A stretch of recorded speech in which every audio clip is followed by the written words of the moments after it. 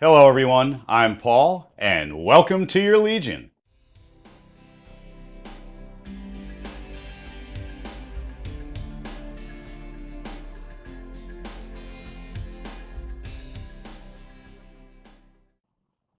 For those of you who have been waiting to upgrade, for those of you who just have to have the latest and the greatest, we have a new motherboard for you with the Z170 chipset. It's by MSI. It's the Gaming M7. That's right, not the Gaming 7 anymore. It's the M7, and I'll tell you what that is in a few seconds. Let's go ahead and take a look at the box real quick. As you can see, it's nice and red. It says Z170A on it, Gaming M7. It's got a picture of the motherboard. It does have a gaming trophy on the front of it. And if we turn the box around, we're going to see some nice pictures of what it does have on it. I'm not going to go through everything because I will be going through it when I show you the motherboard. All right, without taking too much time, let's go ahead and look at what comes in the box, okay? So we've got an I/O plate. Of course, we're going to have our driver disc, which is here. And we've got a nice little door thingy, mabobber, and then a thank you card. And of course, I dropped the little logo, which actually says MSI Gaming. Now, if you're going to have multiple connectors inside your case, you're going to want to use this because you could mark them. It has your nice handy dandy case affixer, so you could put your case plugs into that and then plug it right into the motherboard. Of course, we have some SATA cables and an SLI cable. And finally, the last two items would be your quick setup guide and your user's manual. Let's go ahead and take it out of the anti-static bag and take a look at it. Now, one thing that you're going to notice with this motherboard is it doesn't have the claws anymore. It's kind of what they kind of did was they kind of had have an aluminum setup here where we have some armor, of course, and then we have an aluminum heat sink going up vertically, and then one coming across horizontally, and that's covering, of course, the military class power supplies, etc. Now, another thing that they did with this board, and if I don't drop it, of course I will, but what they did with this board is they actually have metal plated PCIe connectors. And the reason why they did this is because they actually are welded in more spots than a normal PCI connector, so it gives you more rigidity with those extra heavy graphics cards if you have a graphics card that has a large heatsink on it. Of course, this third one here, this third one here is actually, this is for SLI, not tri-SLI, but the third one you could actually utilize for a PhysX card. So if you're using NVIDIA, you could utilize this as a PhysX card. Of course, with AMD, you're going to have to use Crossfire. You might want to skip one and put one down at the bottom, just for the sake of maybe getting a little bit more air flowing through.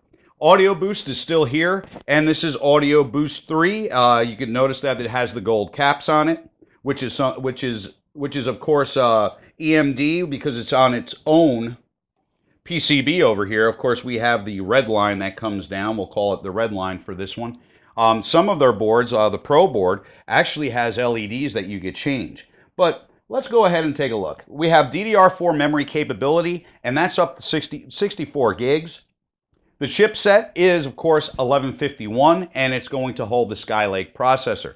Z170, that is the new chipset. Now, what are we getting from the new chipset? Well, you're getting total 3.0 capability.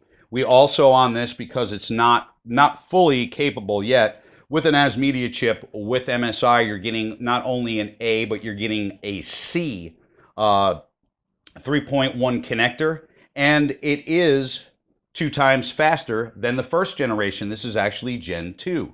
We have a couple USB 3.0 ports. Of course, this is per Intel spec, we do have 3 monitor outputs here, and it is 4K capable. I will tell you one thing. If you have a 4K monitor and you are using these, if you're going via DisplayPort, you're not going to get a boot screen. It will boot into Windows, but you're not going to get anything until it boots in. So good luck trying to get into the BIOS. I haven't had the luxury of being able to do this. One thing MSI did with this board is they went ahead and put BIOS flashback on it. Basically what you could do is just by having a 24-pin power connector here, you could go ahead and put a flash drive in here, of course FAT32. Remember that, FAT32. Power connector, no need for CPU, no need for memory. Go ahead and put your USB flash drive in there. You have a button right over here. This button, you hold it in, it'll start flashing. Once it finishes flashing, you flashed your BIOS. So there's no need. There's another thing. Remember OC Genie? Well, no more OC Genie.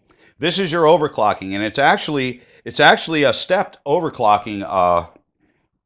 It actually turns, and I don't know if you could see me doing this, but you could actually turn it to different numbers. It goes from 1 to 10, and as you turn it, it automatically overclocks it. The highest number, of course, is 5.0 gigahertz. Now, did I try that? Yes. Was I able to get it with my chip? No. I was able to get 4.8 though, which is very good. Now, one thing that I can honestly say about this, and that I do like about this motherboard is, if you'll notice, we have dual M.2 connectors here. All right, they all are also NVMe compatible, which is another good thing. NVMe compatibility, you're going to get the fastest possible throughput from a storage medium that we have ever seen to date. So we've got the board,